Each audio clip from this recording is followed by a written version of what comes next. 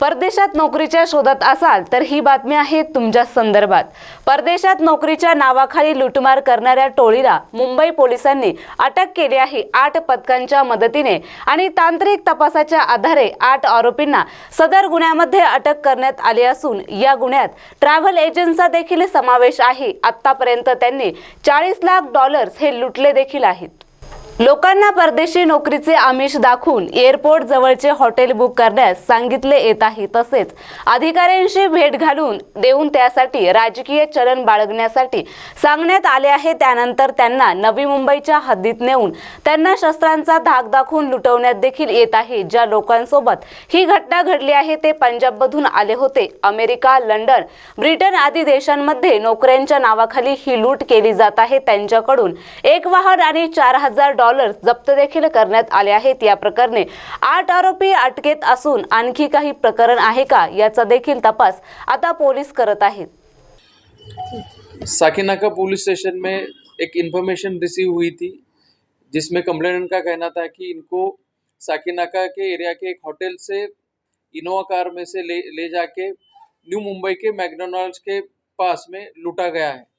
इनसे प्रॉमिस किया गया था कि आपको एयरपोर्ट पे ड्रॉप करेंगे और इमिग्रेशन ऑफिसर को बता के उनके द्वारा आपको फॉरेन में ले जाने की अरेंजमेंट की जाएगी।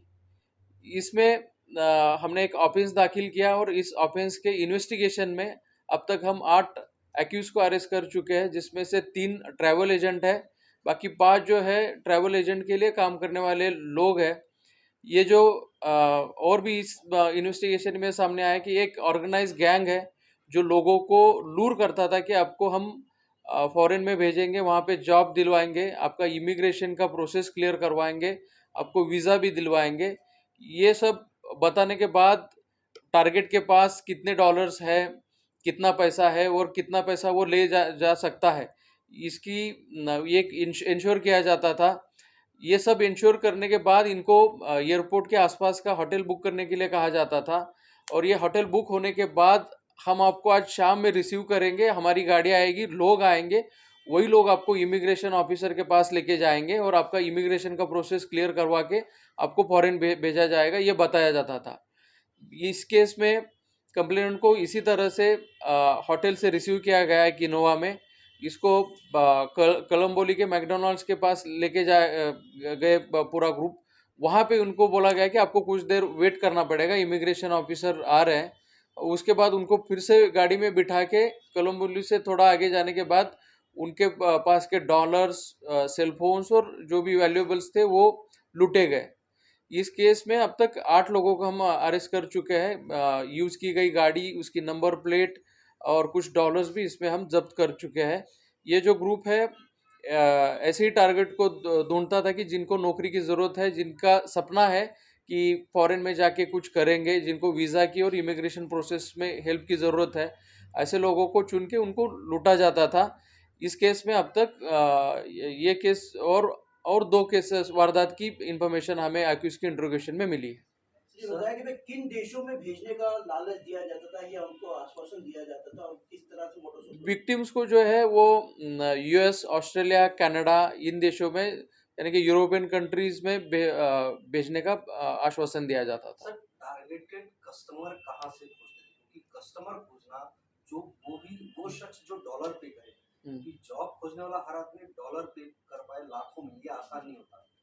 ऐसे में ऐसे कस्टमर खोजना, ऐसे लोगों को आइडेंटिफाई कर पाना, ये कैसे होता था? उनको कैसे खोजते थे? ट्रैवल एजेंट्स जो है एक दूसरे को कस्टमर की जानकारी शेयर करते थे।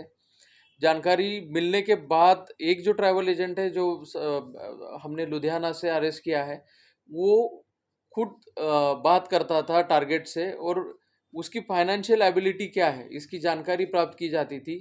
इसमें एक मिनिमम कंडीशन होती थी कि आपको कम से कम $10 लाख तो यानी कि इंडियन करेंसी $10 लाख तक की कन्वर्ट करनी होगी और ये इंश्योर होने के बाद उनसे वीडियो मांगा जाता था कि आपने अरेंज कर लिया है, डॉलर के साथ और पैसे के साथ वीडियो प्रॉपर मांगा जाता था।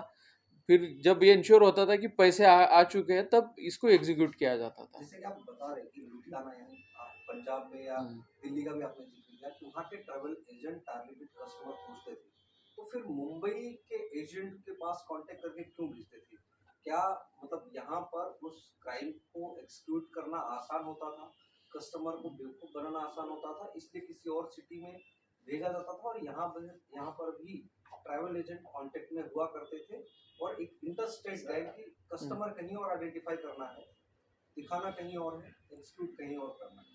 इस केस में यही सामने आ चुका है कि अगर कस्टमर दिल्ली वगैरह नॉर्थ इंडिया के एरिया के रहेंगे और दूर जाके अगर इसको लूट को एग्जीक्यूट किया जाता है तो उनको लोकल सपोर्ट नहीं मिलेगा, वो कहीं कंप्लेंट नहीं कर पाएंगे और आसानी से ये जो वारदात है वो दब जाएगी। यही एक मोटिव दिखता है इसमें। डॉलर डॉलर मांगने के पीछे क्या रीजन है? डॉलर के पीछे क्या? डॉलर के पीछे ये विक्टिम्स को ये बताते थे कि इमिग्रेशन ऑफिसर से वो डॉलर्स में ही पैसे लेंगे, आपको वहाँ जाके डॉलर ही खर्चने के लिए लगेंगे। तो ये सब चीज़ों के कारण डॉलर्स में उनको इंडियन रुपीस को कन्वर्ट करने को बोला जाता था। होटल की बुकिंग